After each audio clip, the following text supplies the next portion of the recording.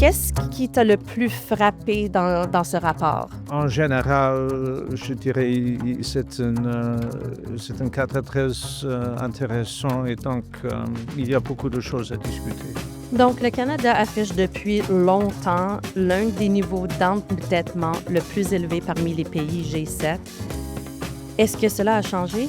Il y avait un peu de changement dans les chiffres, mais en général, le niveau reste très élevé. C'est encore un défi pour le Canada. Et quoi alors le portrait global du stress financier que subissent les emprunteurs en 2026? Je crois qu'il y a toujours des craintes chez les ménages canadiens, mais le système en général est stable. Vous écoutez Sous notre toit, balado sur le logement au Canada, où nous faisons part des dernières nouvelles sur le marché canadien de l'habitation.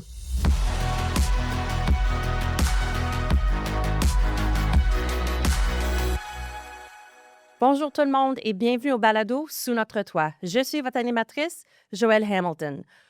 Aujourd'hui, nous allons parler du rapport sur le secteur des prêts hypothécaires résidentiels du printemps 2026 ou le rapport. C'est le genre de rapport qui contient beaucoup de renseignements, mais nous allons le décortiquer pour rendre le tout un peu plus facile à assimiler. Je suis très heureuse d'accueillir de nouveau Aled Ab Yorworth à notre balado. C'est un des économistes en chef adjoints de la SCHL et il est toujours excellent pour nous aider à comprendre ce qui se passe sur le marché résidentiel. Bienvenue à l'aide. Merci beaucoup. Donc, avant d'entrer trop dans les détails, qu'est-ce qui t'a le plus frappé dans ce rapport?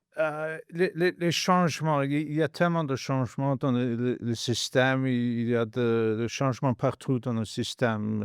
Les inquiétudes, il y a des changements, il y a la situation internationale, la macroéconomie, la réaction des ménages canadiens.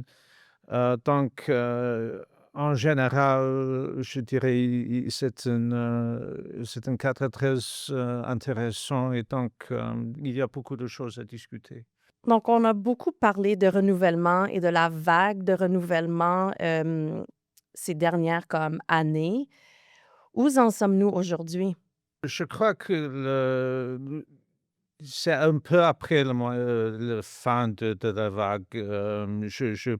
L'année dernière, nous avons craint qu'il y aura peut-être 1,5 million d'hypothèques qui seront renouvelées. Et cette année, je crois que nous sommes un peu plus près à la fin de cette vague. Il y a des ménages qui auront encore un peu qui devront renouveler, mais en général, je crois que la plupart des Canadiens ont dû faire face à cette situation. Pour résumer encore, il y avait beaucoup de ménages qui ont pris une hypothèque en 2020-2021 liée aux taux d'intérêt très bas pendant la pandémie. Et donc, avec le système traditionnel canadien d'avoir une hypothèque pour une période de 5 ans, cette hypothèque est maintenant prêt, ils devront être renouvelés à la banque. Donc, je crois que nous sommes à la fin de cette souci. Malheureusement, il y avait une peut-être bonne nouvelle dans ce contexte. Et ça, c'était le contexte international. Le taux d'intérêt sont un peu plus bas que nous avons prévu. Et donc, le fardeau de l'impact de ce renouvellement n'est pas aussi grand que nous avons prévu. Donc, c'est une petite bonne nouvelle, mais en général, je crois qu'il y a encore un peu de soucis, mais en général, je crois que la vague est finie maintenant. Donc, quand vous étiez parmi nous à l'automne, les ménages choisissaient plutôt des prêts à taux fixe après plusieurs années d'avoir préconisé les taux variables. Est-ce que c'est la même chose ou est-ce que la situation est maintenant différente? Et c'est le flux dont j'ai parlé un peu avant. Les Canadiens, ils sont en train de trouver de façons d'éviter le coût de l'intérêt. Et pour faire cette décision, ils regardent ce qui ce qui se passera parce que c'est difficile de prévoir exactement ce qui se passe avec le taux d'intérêt. Donc ils changent, explorent, choisissent les périodes différentes, les hypothèques différentes. La tradition en Canada était d'avoir une hypothèque de 5 ans avec le taux fixe. Maintenant, c'est un peu il y a beaucoup qui choisissent le taux à intérêt variable, mais aussi, pour ceux qui ont un peu besoin de plus de certitude, ils prennent une hypothèque de 3 ans au lieu de 5 ans. Donc, le système est devenu, beaucoup plus complexe et il y a les Canadiens sont toujours en train de trouver les hypothèques de structures différentes pour qu'ils puissent réduire leur coût de l'hypothèque. Donc, nous avons déjà parlé de la hausse des prêts en souffrance un peu. Cette tendance a-t-elle changé récemment? Non, pas vraiment, c'est encore, ciblé à Toronto et Vancouver. Le taux a pas mal grimpé à Toronto, mais il faut, mettre le taux de souffrance en contexte. Oui, d'un côté, le taux de souffrance a augmenté beaucoup et l'augmentation est un peu rapide.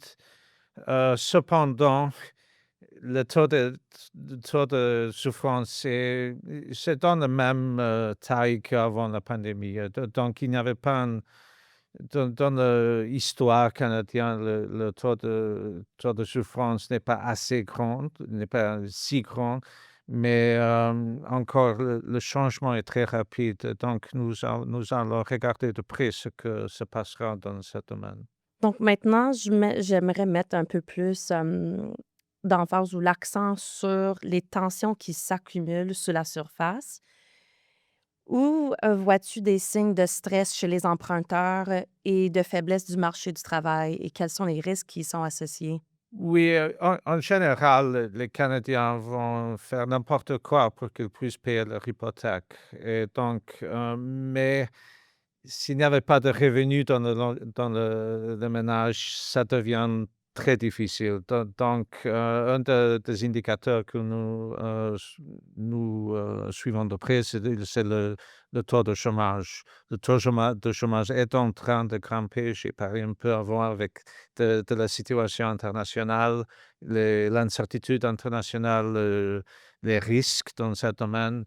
Donc, nous voyons à ce moment que le taux de chômage est un peu en train de grimper et comme j'ai expliqué avant, quand il y a un ménage, perd leur emploi, ou avec un, revenu très faible, c'est difficile de payer leur hypothèque. Donc pour nous, c'est un indicateur important de suivre, pour essayer de comprendre ce que se passe dans le système hypothécaire. Donc en février de 2026, le taux de chômage national a atteint 6,7.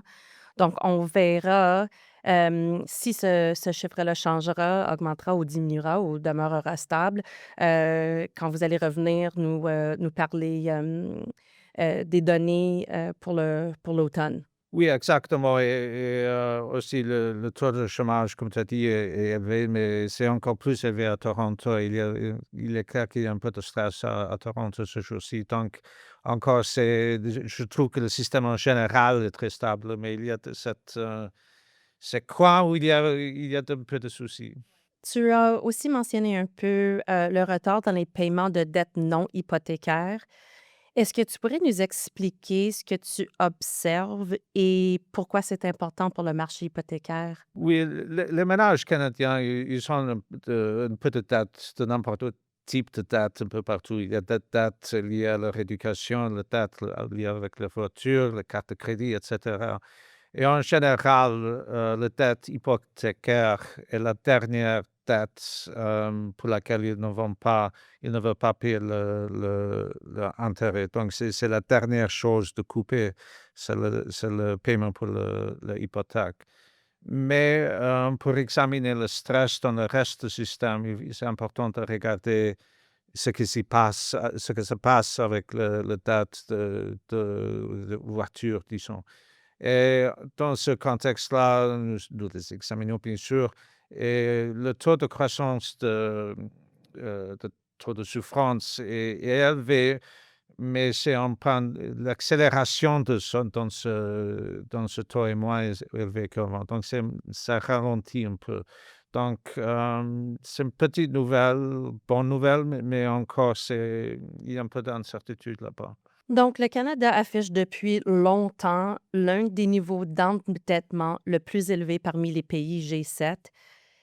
Est-ce que cela a changé? Il y avait un peu de changement dans les chiffres, mais en général, le niveau reste très élevé. C'est encore un défi pour le Canada et c'est une vulnérabilité pour l'économie canadienne. S'il y avait, je ne le prévois pas, mais s'il y avait une grande crise économique mondiale, il y aura de problèmes pour l'économie canadienne. S'il y avait une grande perte d'emploi, disons par exemple, c'est un fardeau pour l'économie canadienne en général. Donc, pour fermer la boucle sur ce segment, quoi a l'air le portrait global du stress financier que subissent les emprunteurs en 2026?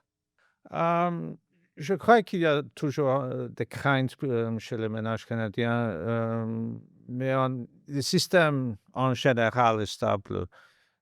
J'ai pas de grandes craintes, par rapport au système en général, mais il y a cette, coin, cette petite, souci dans le système et donc nous allons continuer de le regarder, d'essayer de comprendre ce que se passe parce que quelquefois il devient un enjeu un peu plus grand, en général, je dirais pour le Canada tout entier, le système est stable. Il y a pas de grands soucis à ce moment. Pour conclure, quels sont les signaux structurels, qu'on devrait porter le plus attention? D'abord, je dirais, le taux de chômage, la situation, l'économie, la macroéconomie, le taux d'intérêt sont, très importants. Mais il y a aussi, ce qui se passe exactement à Toronto avec le taux de souffrance là-bas. Est-ce que c'est toujours en train de grimper? Est-ce qu'il y a ça ralentit un peu?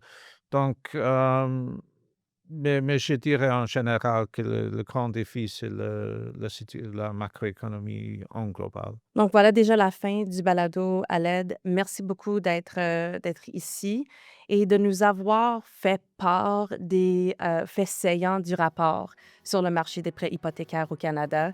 Édition du printemps 2026. On te verra bientôt à l'automne et merci beaucoup à nos auditeurs et nos écouteurs aujourd'hui de vous être joints avec nous sous notre toit. À bientôt! Et saviez-vous que nous ne sommes pas seulement sur YouTube? Vous pouvez maintenant nous trouver sur Spotify, Apple Podcasts et Amazon Music. Ne ratez pas nos prochains épisodes pour découvrir d'autres discussions authentiques et fondées sur les données. Si ce balado a été instructif et amusant, partagez cet épisode, suivez-nous ou abonnez-vous. Et surtout, dites-nous ce que vous en pensez. Merci et à la prochaine!